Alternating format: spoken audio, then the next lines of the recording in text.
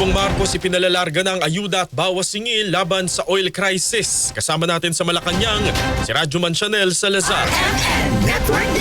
Inatasan na ni Pangulong Ferdinand Marcos Jr. ang iba't ibang ahensya ng pamahalaan na magpatupad ng ayuda, fuel subsidy at bawas singil upang maibsan ang epekto ng pagtaas ng presyo ng langis at iba pang bilihin dulot ng tensyon sa Middle East. Ayon sa Pangulo, patuloy na kikilos ang pamahalaan upang mapagaan ang epekto ng pandaigdigang krisis at maprotektahan ang kabuhayan ng mga Pilipino. March 17, ipapamahagi ng DSWD ang 5,000 pesos na cash relief assistance sa 139,000 na tricycle drivers sa 17 LGU sa Metro Manila. At isusunod na ng DSWD ang pamamahagi sa mga tricycle driver naman sa labas ng Metro Manila. Sa mga susunod na araw, ang mga jeepney at TNVS driver ay makakatanggap naman ng 5,000 pesos na cash relief assistance. At sa huling linggo ng Marso, ilalabas na ng DOTR ang fuel subsidy. Maliban dito, na-certify ko na bilang urgent ang dalawang panukalang batas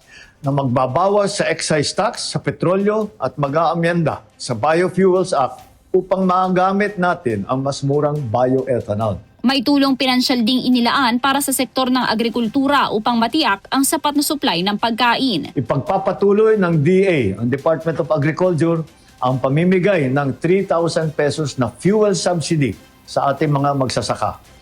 Mahigit 26,000 magsasaka ang mabibigyan nito. Para naman po sa mga mangingisda, ang BIFAR ay magbibigay sa Huwebes, March 19, ng 3,000 pesos na fuel subsidy sa higit na 26,000 mangingisda. Sisikapin din ng Department of Agriculture na ipamahagi sa Abril sa bawat magsasaka at mangingisda ang lagpas 2,000 pisong tulong mula sa Presidential Assistance for Farmers and Fisherfolk Program. Magagamit po ito ng mga magsasaka sa kanilang hanap buhay. Pinatitigil din ng Pangulo ang paniningil ng pass-through fees sa pagbabiyahe ng palay at iba pang produktong agrikultural dahil nagpapataas ito ng presyo ng pagkain. Nananawagan ako sa ating mga local government unit na siguruhin wala ng pass-through fee na sisingilin. Nakarating sa akin na may ilang pang mga barangay na naniningil pa rito sa bawat sako ng palay at sasakyan.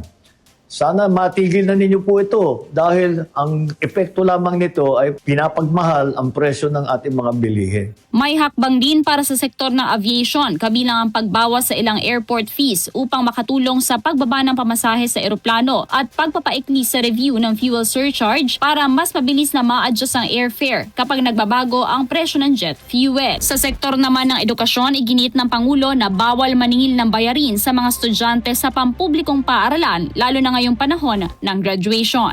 Kasama mo sa DZXL RMN Manila, Radyoman Chanel Salazar, Tatak RMN.